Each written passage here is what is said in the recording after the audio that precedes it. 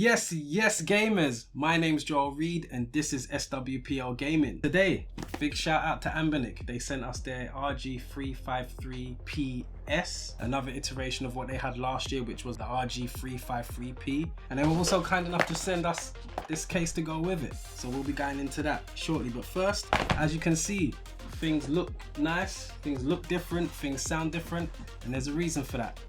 Mo. Oh, what happened? Welcome, Mo. This is Mo. He's going to be new to the channel. Tell the people about what you're bringing to SWPL Gaming. I'm Mo, long-term gamer. Love taking things apart, love getting into the nitty-gritty technical side of things. Also, I love camera gears, audios, all of that sort of stuff. So I'm going to bring a whole bunch of production value into the channel and hopefully you guys are going to appreciate that. But that's enough of the boring stuff. You guys are here for this device, so I think we should get straight into that. Big shout out to Anbernic for sending us this review unit again, and it also came with a lovely case. This is the RG353PS. This is their cheaper alternative to last year's product, which was the RG353P. Let's delve inside. Slim box, as you normally would find. Got the unit right here. Feels decent, as you would expect it to be. It's a Anbernic device. What else is in there? SD card, and this time they've given us a 128 gig. We'll be trying that out in a bit as well. Wipes. Screen protector, which is always handy. Your trusted manual that we never really use anyway, which is there. And you got your USB Type-C cable right there. So let's look around the device.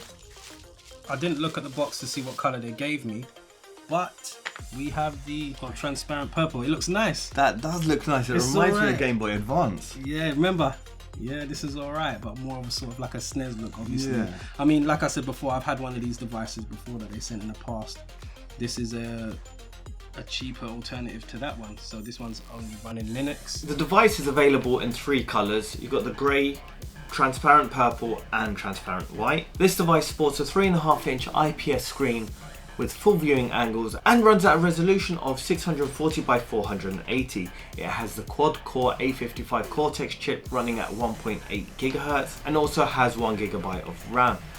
It also includes Wi-Fi and Bluetooth, allowing you to connect Bluetooth controllers and play wirelessly online against your friends for multiplayer action. You can even stream your media to this device. It has a 3,500 mAh battery, giving you about 5 to 6 hours of gameplay and supports all the usual battery saving features. Furthermore, you can use SD cards up to 512 GB, pretty much meaning you can carry your whole collection with you in your pocket. So let's take a trip around the device. So you got your 3.5-inch display right there. This dot matrix with stereo sound is a nice touch, very reminiscent of the Game Boys. Don't know if you remember that. Oh yeah. Yeah.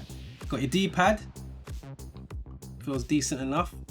Look like it's gonna need to be worked in a little bit. Got your A, your B, your X, your Y, and these look like the European or UK SNES sort of button color configuration right there. You got your analog sticks. They're nice and clicky. And the movement's decent on those as well. Or your power button, your function key, start, select. At the bottom, you got your downward firing speakers. So obviously if you're holding the device like this, it'll fire this sound down and it'll back up into TF2 card slot, headphone jack, and TF1. That's where your firmware is gonna go. And that's where your games are gonna go into. Around the sides, there's nothing on the sides there. But I have to admit, I'm liking the translucent or transparent purple. Looking into the device is actually really cool, and I don't think I've had a device before where you can actually look into it. It's actually a nice touch. It is. I actually quite like it. It's got a nostalgic sort of look and feel to it. Yeah, I'm digging that. On the top, you got your triggers: R2, R1, L2, L1. And they actually feel, they probably feel a lot better now because I've been messing around with that data frog for a little bit and they're hella clicky. I mean, look. So, you know, these are no comparison to what we've got here with the Anbernic. You've got your charging port, Type-C, you've got your volume rocker, your HDMI out, you've got your reset button, and you've got your OTG port right here as well. At the back, you've got your Anbernic logo right here, what the device model is, and some various other information in regards to the battery and so on. And you can see at the back here, you can see how big the battery is right there as well. And I don't know if there was another way of doing that, but you can see a little bit of the glue that they used to obviously stick it back here. Yeah. It's just part and parcel of obviously doing that. Maybe there is another way, but that's what it is here. And yeah, you've got your feelers right here, which make it comfortable to hold in the hand. Alright, so before I forget, let's do a size comparison. We'll do just a quick one. So here it is against the Data Frog. So that's where it looks at face front. And then at the top, you can see the thickness differences here. Obviously this one protrudes because it's got that battery at the back there. We got the 353V. So much with these letters and numbers. Obviously the form factors are different, but if we put it beside it, that'll give you a better idea. And then obviously thickness wise, that's gonna probably, you can see the shoulder buttons here. They're different, but just to see what they look like up against next to each other. And then we got the 405M, which is currently my favorite device and go-to. It's just dreamy, but yeah. So that's what it looks like against other devices. And then next to it, 8-bit pad. Boom. It did come with a case, as you can see here. It's got Anbernic written here, specifically for this device, and it goes straight in. Nice and snug, it fits in there.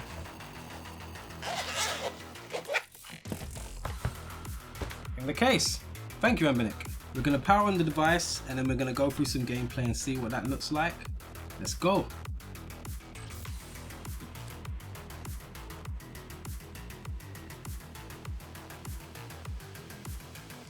Alright, so what, 24.2 seconds, yeah? 24.2. Yeah. So let's look at the systems and see what's on there, what it can play. Let's go. So you got all your games here, all 4,550 of those. You got your favorites, where you can add your favorites to it. You can do your last played.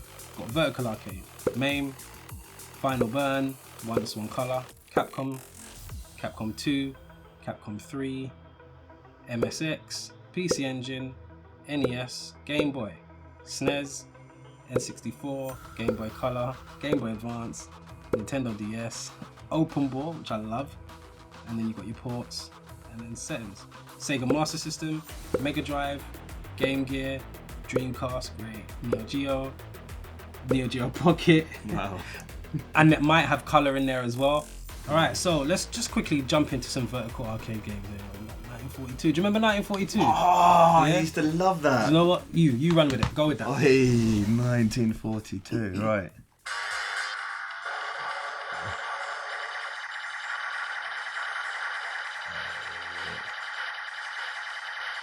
So let's get into some Third Strike.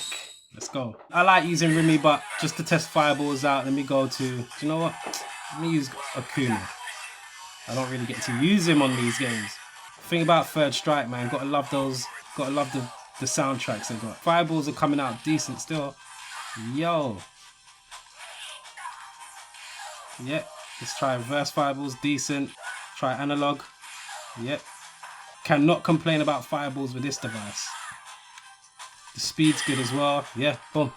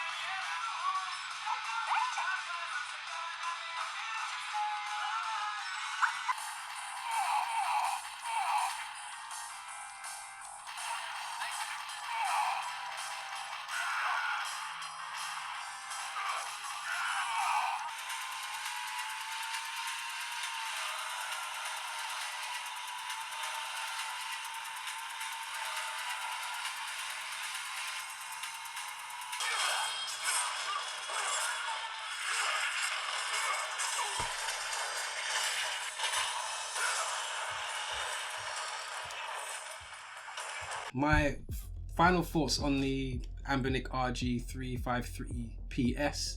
I mostly like to use Android systems myself anyway, but I think this is a better suited system for just Linux in itself.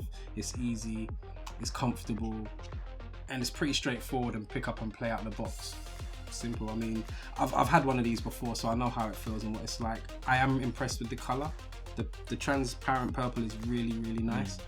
But you know what? I would have liked to have gotten the transparent white one. That one looks crispy. When you look at the website and you see it, it just looks so nice. But yeah, I mean, Mo, I don't know if you've seen the older version. I haven't seen the older one. What are your thoughts on that? Look, this is an 8-bit do controller, same size as Super Nintendo controller. It's one of my favourite controllers. My only gripe with this is it's a little bit small, where if you can see there, you've got a bit of size there. So when I was a kid, this size was fine, but as an adult, I get cramps if I'm playing for a long time. So this actually fits really nicely in my hand. The only thing about this is these pads are fine, but it sits, you know, the side of the arm. If the pad came down just a little bit more, hit to this region, your finger would sit there, giving you more of a grip. Yeah. But other than that, you know, and for the price, I think it's a pretty solid system.